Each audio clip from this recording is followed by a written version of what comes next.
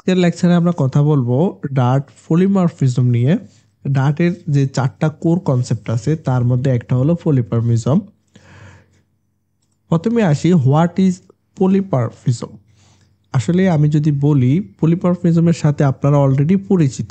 Already আপনারা polymorphism কি সেটা নিয়ে কাজ করেছেন এবং আমি সেই ভিডিওগুলো তৈরি করেছি, কিন্তু আমি এখানে উল্লেখ করি না যে এটাই পলিমরফিজম। যখনই আমি এক্সাম্পল দেখাবো তখনই আপনারা বুঝতে পারবেন যে হ্যাঁ, এটা তো আমরা আসলে জানি, এটা আমরা করছি, বাট আপনারা জানেন না যে এটাই একটা পলিমরফিজম। যদি আমি বলি পলিমরফিজমটা আসলে কি, সিম্পলি একটা কথা যে ফাংশন মেথডের বহুরূপ।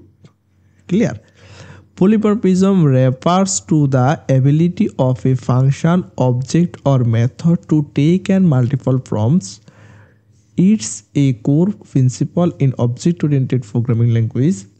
Polymorphism বলতে কোনো ফাংশন বা বস্তুর একাধিক রূপ গ্রহণের ক্ষমতা বোঝায়। এটি অবজেক্ট ওরিয়েন্টেড প্রোগ্রামিং ল্যাঙ্গুয়েজের একটি core concept.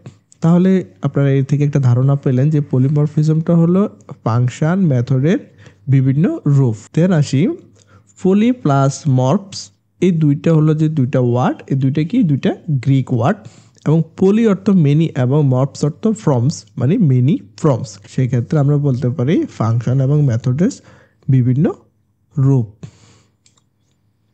Type of polymorphism, আপনারা দুই রকমের পলিমরফিজম দেখতে পারবেন। একটা হলো কম্পাইল টাইপ পলিমরফিজম আর একটা হলো রান টাইপ পলিমরফিজম। এই লেকচারে আমি দুইটা বিষয় নিয়ে কথা বলবো। প্রথমে আসি compile type polymorphism, method overloading. আপনারা ডার্ট ল্যাঙ্গুয়েজে মেথড ওভারলোডিংয়ের সাথে পরিচিত না, সেটা আমি জানি, কারণ ডার্ট ল্যাঙ্গুয়েজে মেথড ওভারলোডিংয়ের বিষয়টা সাপোর্ট করে না। যদি আপনারা জাভাতে যান সেখানে অবশ্যই মেথড ওভারলোডিংয়ের সাবজেক্টটা পাবেন এবং সেটা দেখতে পারবেন, কিন্তু ডার্ট ল্যাঙ্গুয়েজে সেটা আপনারা দেখতে পারবেন না। আপনার ডার্ট ল্যাঙ্গুয়েজে মেথড ওভাররাইডিংটা দেখতে পারবেন। আমি যদি সিম্পলি একটা বলি যে মেথড ওভারলোডিংটা কি, when multiple methods have the same name but different parameter list within the same class. এটা হলো যে আপনার সেম নেম থাকবে একটা মেথডের, বাট প্যারামিটারগুলো আলাদা থাকবে। কিন্তু আমাদের এখানে সেম নেমে কোনটা আমরা মেথড রাখতে পারি না ডার্ট ল্যাঙ্গুয়েজে। আমরা হয়তো নেম মেথড রাখতে হয়, অথবা একটা মেথড এক নামে হয়, অথবা এটাকে আমরা নেম মেথড হিসাবে ডিক্লেয়ার করতে পারি। কিন্তু জাভাতে আপনারা প্যারামিটার সেম নাম রাখতে পারবেন বা ডিফারেন্ট টাইপের প্যারামিটার লিস্ট রাখতে পারেন। যখনই আপনার প্যারামিটার মিলে যাবে তখনই সে অটোমেটিক ওই মেথডটাকে কল করবে। যে সাপোজ আপনি একটা মেথড ডিক্লেয়ার করলেন, দুইটা প্যারামিটার দিলেন, তিনটা দিলেন, চারটা দিলেন, পাঁচটা দিলেন। এখন আপনি একটা মেথডকে কল করলেন, সেখানে আপনি দুইটা প্যারামিটার পাস করলেন, সে অটোমেটিক দুইটা যে প্যারামিটার আছে সেই মেথডকে কল করবে। এটা হলো যে আপনার মেথড ওভারলোডিংটা। এক্সাম্পল হিসেবে যদি আমি একটু বলি, কারণ এটা আমাদের প্রয়োজনটাই, সেক্ষেত্রে আপনাদের জানার জন্য আমি একটু বলতেছি, ব্যাখ্যা করতেছি। Define add method in a class each handling different type or numbers of arguments. Same ধরেন একটা অ্যাড মেথড আমি ডিক্লেয়ার করলাম, তার মধ্যে আর্গুমেন্ট দিলাম, প্রথমে দুইটা সংখ্যা যোগ করলাম, আবার আরেকটা অ্যাড মেথড নিলাম, সেখানে আমি তিনটা সংখ্যা যোগ করলাম, আরেকটা অ্যাড মেথড নিলাম, সেখানে আমি চারটা সংখ্যা যোগ করলাম। যখনই আমি মেথডকে কল করব, যখনই আমি দুইটা প্যারামিটার পাস করব, সেক্ষেত্রে আমার অ্যাড মেথডটা অটোমেটিক দুইটা প্যারামিটারে চলে যাবে এবং সে দুইটা প্যারামিটার যেখানে আছে সেই মেথডটাকে খুঁজবে এবং সেই মেথডে কাজ করবে, যোগ করবে। যখন আমি তিনটা আর্গুমেন্ট পাস করব, অটোমেটিক আমার মেথডটা চলে যাবে তিনটা প্যারামিটার যেখানে আছে রিসিভ করে সেই মেথডে এবং গিয়ে তিনটা আমার সংখ্যা যোগ করে দেখাবে। এটা হলো যে মেথড ওভারলোডিং। এখন আসেন টাইপ বিতে, সেটা হলো রান টাইম পলিমরফিজম, সেটা হলো মেথড ওভাররাইডিং। আমরা এই বিষয়টা নিয়ে এক্সাম্পল দেখব এবং এই বিষয়টা নিয়ে কথা করব, কারণ এটা আমাদের জন্য খুবই গুরুত্বপূর্ণ। যাতে করে আমরা এখন ডার্ট ল্যাঙ্গুয়েজ শিখতেছি, সেই জন্য এটা আমাদের ডার্ট ল্যাঙ্গুয়েজে আছে এবং ম্যাক্সিমাম সময় আমরা এটা ব্যবহার করে থাকি, মেথড ওভাররাইডিং।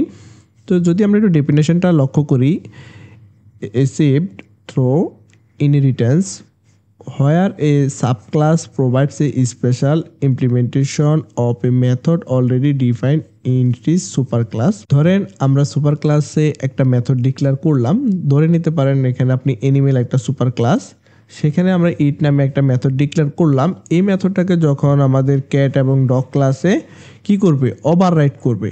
মেথডের প্যারামিটার সেম থাকবে, নেম সেম থাকবে, বাট ভিতরের ফাংশনালিটি কিন্তু ডিফারেন্ট হবে। এটাই মূলত হলো রান টাইম পলিমরফিজম, যেটা আমরা প্র্যাকটিক্যালি দেখব। এক্সাম্পল হিসাবে যেটা আমি দেখাবো, a draw method in a super class animal that is overridden in sub class cat and dog, সেটা আমি এক্সাম্পলে দেখাবো। তাহলে চলেন আমরা একটু এক্সাম্পলে দেখি কিভাবে আসলে কাজটা করব। সেজন্য আমি আপনাদেরকে এখানে দেখাচ্ছি, আমি একটা ডার্ট প্রজেক্ট ক্রিয়েট করে নিয়েছি এবং এখানে দেখতে পাচ্ছেন টাইম সেভিংয়ের জন্য আমি 3টা ক্লাস নিয়েছি। একটা হলো এনিমেল ক্লাস, ক্যাট এবং ডগ ক্লাস। এনিমেল হলো এটা আমার সুপার ক্লাস, আমি এখানে কমেন্ট করে দিচ্ছি সুপার ক্লাস, এটা আমার সুপার ক্লাস। এই সুপার ক্লাসে আমি একটা মেথড ডিক্লেয়ার করব, যেটা হলো যে অ্যানিমেল সব প্রজাতি কিন্তু খাবার খায়। আমি এখানে একটা ভয়েড টাইপের একটা মেথড নিয়ে নিচ্ছি, ভয়েড ইট নামে একটা মেথড আমি এখানে ডিক্লেয়ার করলাম এবং এখানে প্রিন্ট স্টেটমেন্টের মধ্যে আমি একটা প্রিন্ট করলাম, যে কোনো কিছু আপনারা প্রিন্ট করতে পারবেন। আমি এখানে দিয়ে দিলাম অ্যানিমেল ইজ ইটিং।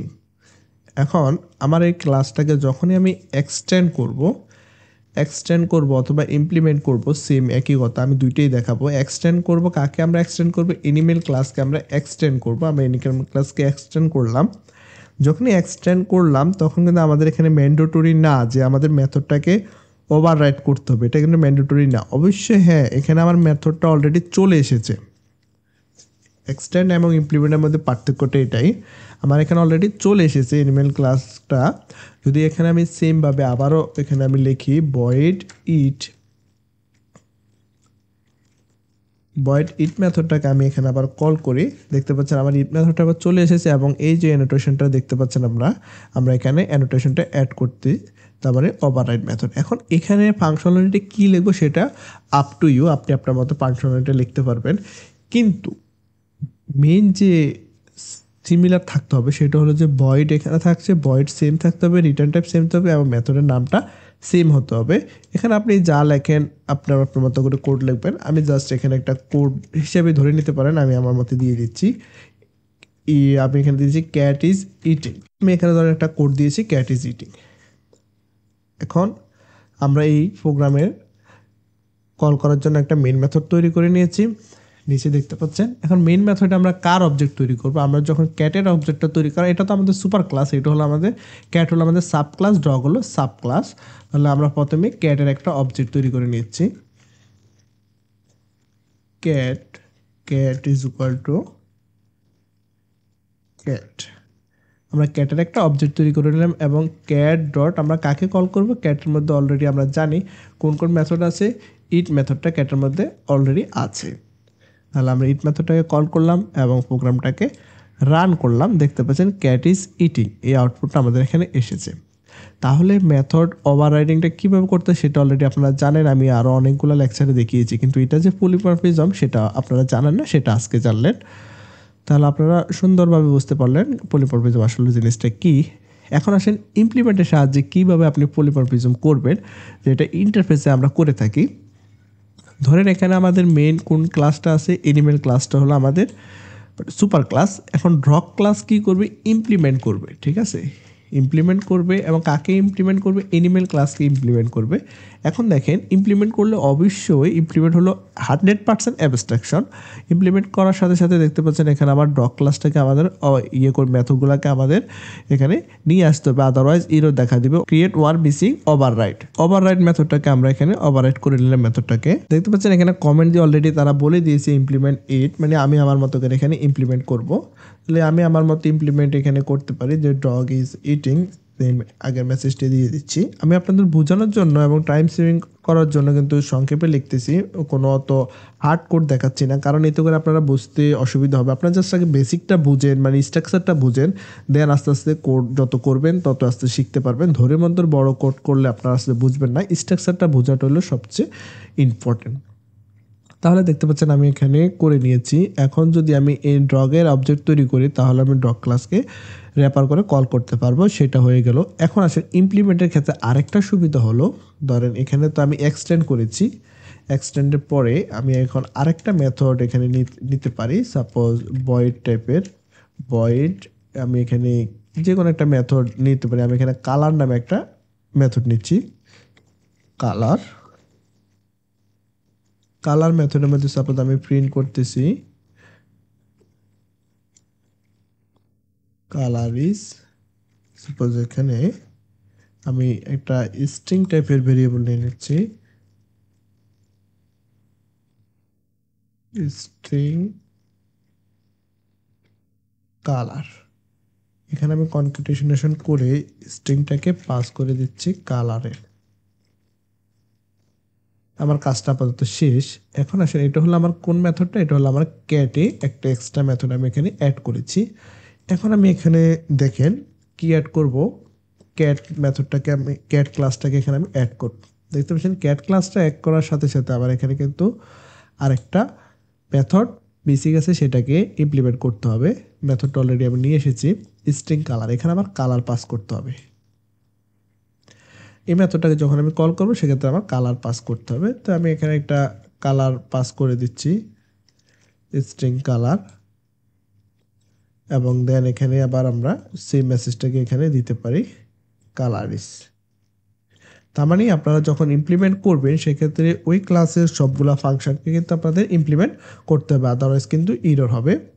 এখন আসেন আমরা কোন ক্লাসকে ইমপ্লিমেন্ট করলাম, ডগ ক্লাসের একটা অবজেক্ট তৈরি করতেছি। তাহলে ডগ